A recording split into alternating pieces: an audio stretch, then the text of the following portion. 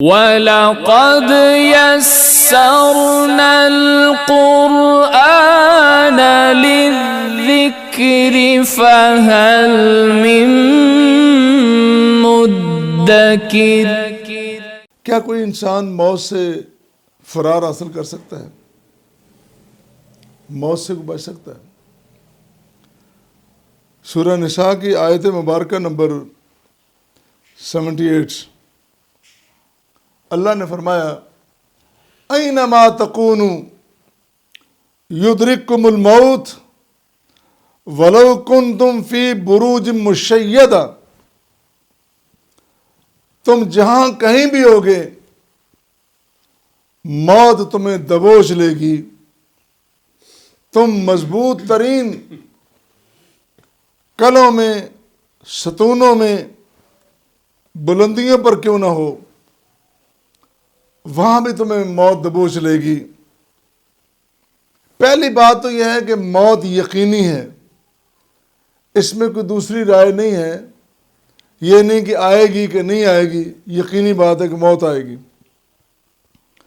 جس طرح سورہ آل عمران میں اللہ نے فرمایا کل نفس ذائقۃ الموت، ہر نفس نے موت کا ذائقہ چکھنا ہے، یہ موت کا پیالہ پینا ہی پینا ہے، اس سے کوئی گریز نہیں کر سکتا اور فرار بھی نہیں ہو سکتا۔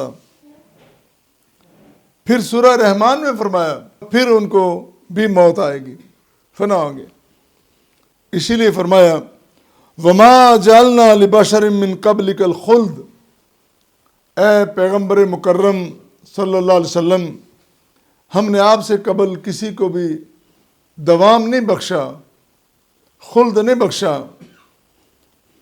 اور پھر اسی طرح ایک اور بات بھی، یہ جو موت ہے نا، اس کے آنے کا وقت کا، جگہ کا کوئی تعین نہیں ہے۔ یہ نہیں بتایا کہ یہ شخص، اس کو فلاں جگہ موت آئے گی، اور کسی کو خبر بھی نہیں ہے، اللہ نے کسی کو خبر نہیں دی۔ ہمارے یہاں ہوتا ہے ایسا کہ کچھ لوگ اپنی زندگی میں اپنی قبریں بنا لیتے ہیں، یہ تو ایک عام رواج ہے نا کہ قبر کے لیے جگہ چھوڑنا، بلکہ قبرستان میں کچھ لوگوں نے قبضہ کیا ہوتا ہے کہ یہاں ہماری قبریں ہوں گی۔ یہ قبضہ گروپ ایسے ہیں، سوسائٹیوں میں قبضے، کالونیوں پہ قبضے، قبرستان میں بھی قبضے، اور پھر وہاں بڑے بڑے کتبے لگے ہوئے ہیں، یہ فلاں شخص کی قبر ہے، یہ فلاں کی قبر ہے۔ شریعت میں کوئی ایسی تقبندی نہیں ہے کہ بندہ وہاں بھی اپنی شناخت اور نمائش رکھے، مٹی ہو گئے ہو، مٹی میں رہو، اللہ زندگی میں کچھ کر سکتے ہو تو کرو اپنی اگلی زندگی کے لیے۔ ان بڑی بڑی فلیکسوں سے، بڑے بڑے اشتہاروں سے، بڑے بڑے ناموں سے تمہیں کچھ نہیں ملنے والا۔ تو جگہ کسی کو نہیں پتا۔ قرآن کیا کہتا ہے؟ قرآن نے کہا ما تدری نفس بأی ارض تموت، کسی نفس کو، کسی جان کو کوئی خبر نہیں اس کو کس زمین میں، بأی ارض، کس زمین میں، کس جگہ اس کو موت آنے والی ہے۔ ان اللہ علیم خبیر، یہ باتیں صرف اللہ جانتا ہے، علیم و خبیر صرف اللہ ہے۔ اللہ کو پتہ ہے کہ کس شخص کو کہاں مرنا ہے۔ پھر ساری باتیں واضح ہو گئیں کہ موت یقینی ہے، کسی کو دوام حاصل نہیں، کسی کو اپنے موت کی جگہ کا اور وقت کا کوئی علم نہیں، اور پھر موت آنی ہی آنی ہے، چاہے تم بڑے بڑے قلعے کیوں نہ تعمیر کر لو۔ وَلَوْ كُنْتُمْ فِي بُرُوجٍ مُشَيَّدَةٍ، ہر صورت میں آنے والی ہے۔ تو منافقین کیا کرتے تھے؟ وہ بدشگونی کی باتیں، توہین کی باتیں، گریز کی باتیں، فرار کی باتیں کرتے تھے، جن کے بارے میں قرآن نے کہا وَإِن تُصِبْهُمْ حَسَنَةٌ يَقُولُوا هَذِهِ مِنْ عِنْدِ اللَّهِ، اگر ان کو زندگی میں کوئی خیر اور بھلائی ملتی تو وہ کہتے یہ اللہ کی طرف سے ہے. وَإِن تُصِبْهُمْ سَيِّئَةٌ يَقُولُوا هَٰذَا مِنْ عِندِكَ. رسول کریم صلی اللہ علیہ وسلم کو آگے کہتے اگر کوئی مشکل وقت آتا آپ کی وجہ سے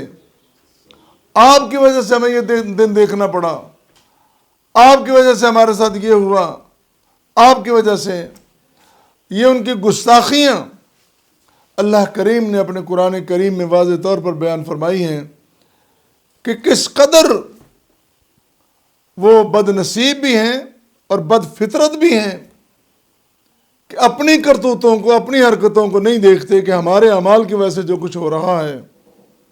اللہ واللہ رسول کریم صلی اللہ علیہ وسلم کو کہتے ہیں، اللہ نے کہا اے رسول کریم کل کہہ دیجئے کل من عند اللہ، یہ سب کچھ اللہ کی طرف سے ہو رہا ہے، کسی کا اس میں کوئی عمل دخل نہیں ہے.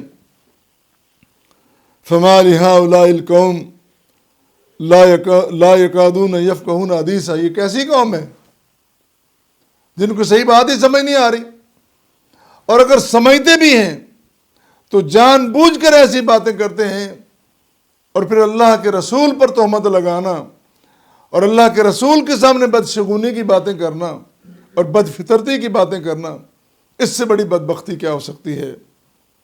اللہ واللہ یہ جتنی خیر و شر ہے، جتنا نفع و نقصان ہے، اور یہ جو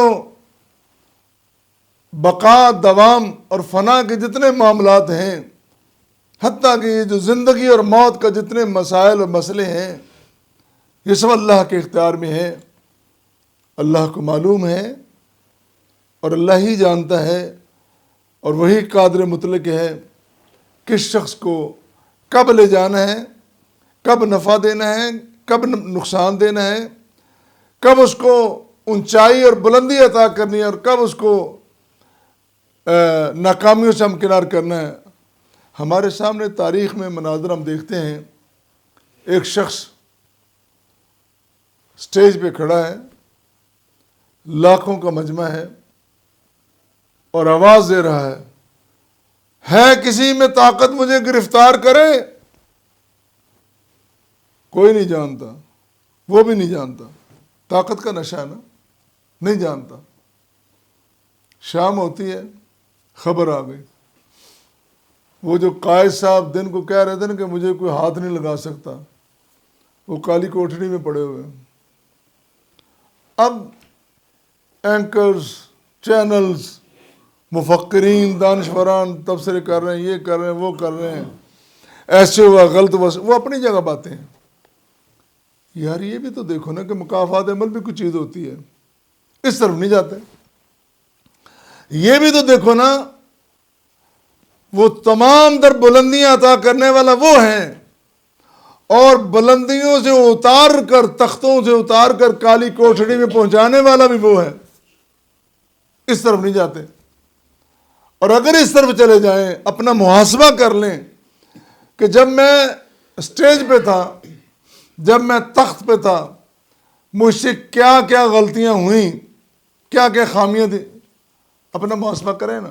اس طرف نہیں جانا. اور پھر وہاں بیٹھ کر بھی تکبر کی باتیں، نخوت کی باتیں. تکبر کبھی انسان کو زیب نہیں دیتا، بڑائی کبھی انسان کو زیب نہیں دیتی. اللہ کا فرمان ہے، یہ جو تکبر ہے نا، یہ میری چادر ہے، اور چادر عظمت کی دلیل ہے. یہ عظمتیں ہیں، یہ سطوتیں ہیں، یہ بلندیاں، یہ سب، یہ رفتیں سب اس کی ہیں. اور بجائے اس کے کہ اعتراف بندہ کرے اور حقیقت جان لے، پھر بھی بڑی بڑی باتیں کرنا. خیر، ہر نفس نے موت کے شکنجے میں آنا ہے، جس کے بارے میں ابھی میں نے عرض کیا، کل من علیہ فان ویبقا وجہ ربک ذو الجلال والاکرام. وہ سطوتوں کا مالک، وہ رفتوں کا مالک، وہ موت و حیات کا مالک، وہ عطاؤں کا مالک، وہی تو مالک ہے، اسی کو دوام حاصل ہے۔ وہ تھا، وہ ہے، وہ ہوگا۔ جب کچھ نہیں تھا وہ تھا، جب کچھ نہیں ہوگا وہ ہوگا۔ یہی بات اگر انسان کی عقل سلیم میں آ جائے، بہت سارے مسائل حل ہو سکتے ہیں اور بہت سارے سوالات کا جواب اس کو مل سکتا ہے۔ اللہ نے فرمایا کہ یہ جتنی نعمتیں ہیں یہ عطائے رب جلیل ہے، ہر نعمت عطائے رب جلیل ہے۔ اور فرمایا ما اصابک من حسنۃ فمن اللہ وما اصابک من سیئۃ، جو خیر آ رہی ہے اللہ کی طرف سے ہے، اللہ کی طرف سے ہمیشہ خیر آ رہی۔ اگر خیر میں کوئی رکاوٹ آ گئی ہے، پھر اپنی کمائی اور اپنی حرکتوں کی طرف دیکھ۔ کیوں؟ وما اصابک من سیئۃ فمن نفسک، وہ تیری اپنی کمائی، تیرے ہاتھوں کی کمائی جو تو اس طرف لے کے جا رہا ہے۔ اللہ وما اصابکم من مصیبت فبما کسبت ایدیکم، تمہارے ہاتھوں نے برائی کمائی تمہارے لیے، یہ تو اللہ کا فضل ہے۔ کیسا فضل؟ وَيَعْفُو عَنْ كَثِيرٍ، اللہ تعالیٰ کثرت سے تمہاری خطائیں معاف کرتا ہے، کثیر خطائیں۔ یہ جو تم پہ مصیبت آئی ہے نا، تمہاری حرکتیں زیادہ بری تھیں، مصیبت کم آئی ہے، یہ قرآن تصور دے رہا ہے۔ تمہاری حرکتیں زیادہ تھیں، وَيَعْفُو عَنْ كَثِيرٍ، اس نے معاف کر کے تھوڑا سا جھٹکا دیا ہے، ایویں تھوڑے سے حالات دکھائے ہیں، تو گھبرا گیا ہے، اور جو کچھ تو نے ساری زندگی کیا ہے اس کے مطابق اگر تم پہ بوجھ ڈالا جاتا، پھر تیرا کیا حال ہوتا۔